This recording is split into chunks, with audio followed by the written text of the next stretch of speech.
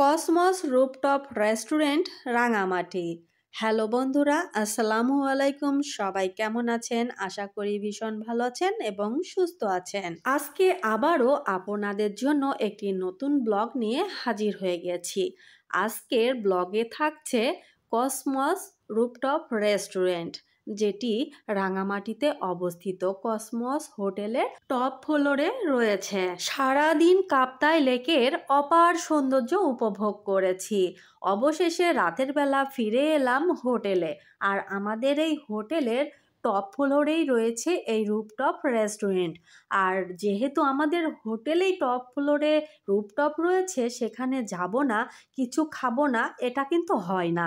তাই চলে আসলাম রুফটপ রেস্টুরেন্টে। রুফটপ রেস্টুরেন্টের ব্যাপারটা সর্বদাই এক্সেপশনাল হয়ে থাকে, এখানেও তার ব্যতিক্রম নয়। পুরো রেস্টুরেন্ট জুড়ে এবং পুরো হোটেলটি জুড়ে শুধু তাজা তাজা ফুলের গাছ, ভিন্ন রঙের ভিন্ন প্রজাতির গাছ লাগানো। এত সুন্দর সুন্দর রং বেরঙের ফুল ধরে আছে, যা আপনাকে মুগ্ধ করবেই। এই রেস্টুরেন্টের যিনি মালিক, তার ব্যক্তিগতভাবেই এগুলো শখ, গাছ লাগানো, ফুলের গাছ লাগানো, ভিন্ন ভিন্ন রঙের ফুলের গাছ লাগানো। সেই শখের খাতিরেই তিনি এই রেস্টুরেন্টটা এত সুন্দর করে সাজিয়ে গুছিয়ে তৈরি করেছে। এই রেস্টুরেন্টের ন্যাচারাল প্রকৃতি ছাড়াও রয়েছে বাচ্চাদের জন্য কিড জোন এবং দোলনা, যেই দোলনায় বসে আমার কিউটি পাই কিন্তু দোল খাচ্ছে এবং আনন্দ করছে। রেস্টুরেন্টটা প্রাকৃতিক দৃশ্য দিয়ে এত সুন্দর করে সাজিয়ে গুছিয়ে রেখেছে যে মালিক, উনি কিন্তু আমাদের মতোই বাঙালি। কিন্তু এই রেস্টুরেন্টে যতজন স্টাফ রয়েছে সবাই কিন্তু চাকমা মারমা, বাঙালি কিন্তু নেই। এটার একটি কারণ আছে। মালিকের ব্যক্তিগত মত শুনে মনে হলো বাঙালির চেয়ে তারা নাকি ভীষণ পরিশ্রমী, চাকমা এবং মারমারা, সেই জন্যই তিনি তাদেরকে এখানে চাকরি দিয়েছেন। আর তাছাড়াও চাকমা বলুন, মারমা বলুন, এই স্বজাতির যারা স্টাফ রয়েছে তাদের ব্যবহার কিন্তু অমায়িক। একটা রেস্টুরেন্টের সুনাম নির্ভর করে কর্মরত রেস্টুরেন্টের স্টাফদের ওপরে। রেস্টুরেন্টের স্টাফদের ব্যবহার যত বেশি সুন্দর হবে, গ্রাহক তত বেশি আগ্রহী হবে। হয়তো এ ধরনের চিন্তা মাথায় রেখে বাঙালি এই রেস্টুরেন্টের মালিক চাকমা ও মারমা স্বজাতিদেরকে নিয়োগ দিয়েছে। একজন মানুষ যখন কোনো একটি প্রতিষ্ঠান ওপেন করে, তার টার্গেট থাকে কোন কায়দায় এই প্রতিষ্ঠানের সুনাম অর্জন করা যায় সেটার চেষ্টা করা। তো তিনিও সেটিই করার চেষ্টা করছে। আর এই রেস্টুরেন্টটা খুব বেশি দিন তৈরি হয়নি, খুব অল্প সময়ের ভিতরেই স্থাপন করেছে। এই রেস্টুরেন্ট যেহেতু অল্প কিছুদিন হলো ওপেন করা হয়েছে, তাই সবার কাছে হয়তো পরিচিত হয়ে ওঠেনি এখনো।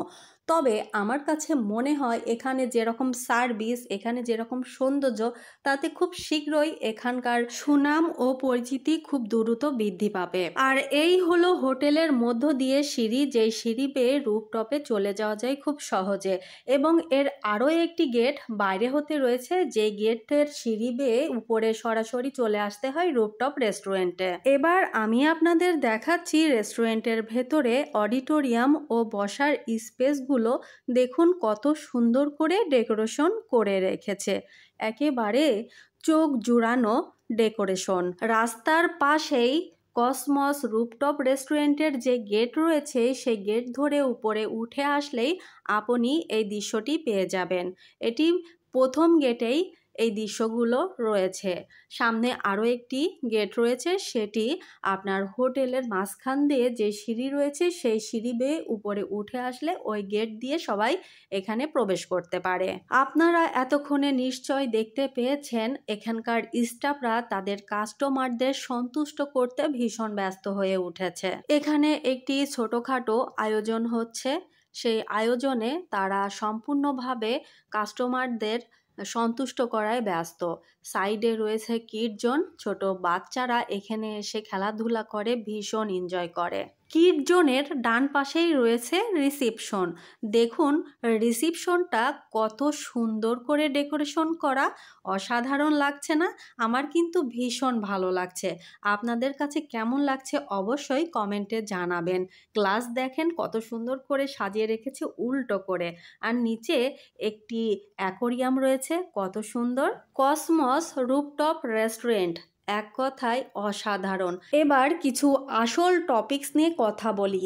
একটা রেস্টুরেন্টের সুনাম অ্যাকচুয়ালি ডিপেন্ড করে খাবারের মানের উপর।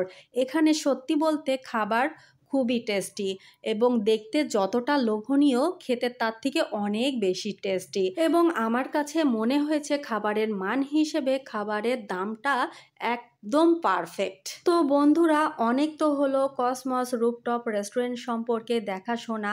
তাহলে আজকের মতো ব্লগটি এখানেই শেষ করছি। নেক্সট ব্লগ দেখার জন্য সবাইকে আমন্ত্রণ জানাচ্ছি। খুব শীঘ্রই আপনাদের সামনে নেক্সট ব্লগ নিয়ে দ্রুত হাজির হয়ে যাব। ততক্ষণে সবাই ভালো থাকবেন, সুস্থ থাকবেন। আজকের মতো তাহলে এখানেই শেষ করছি। আল্লাহ হাফেজ।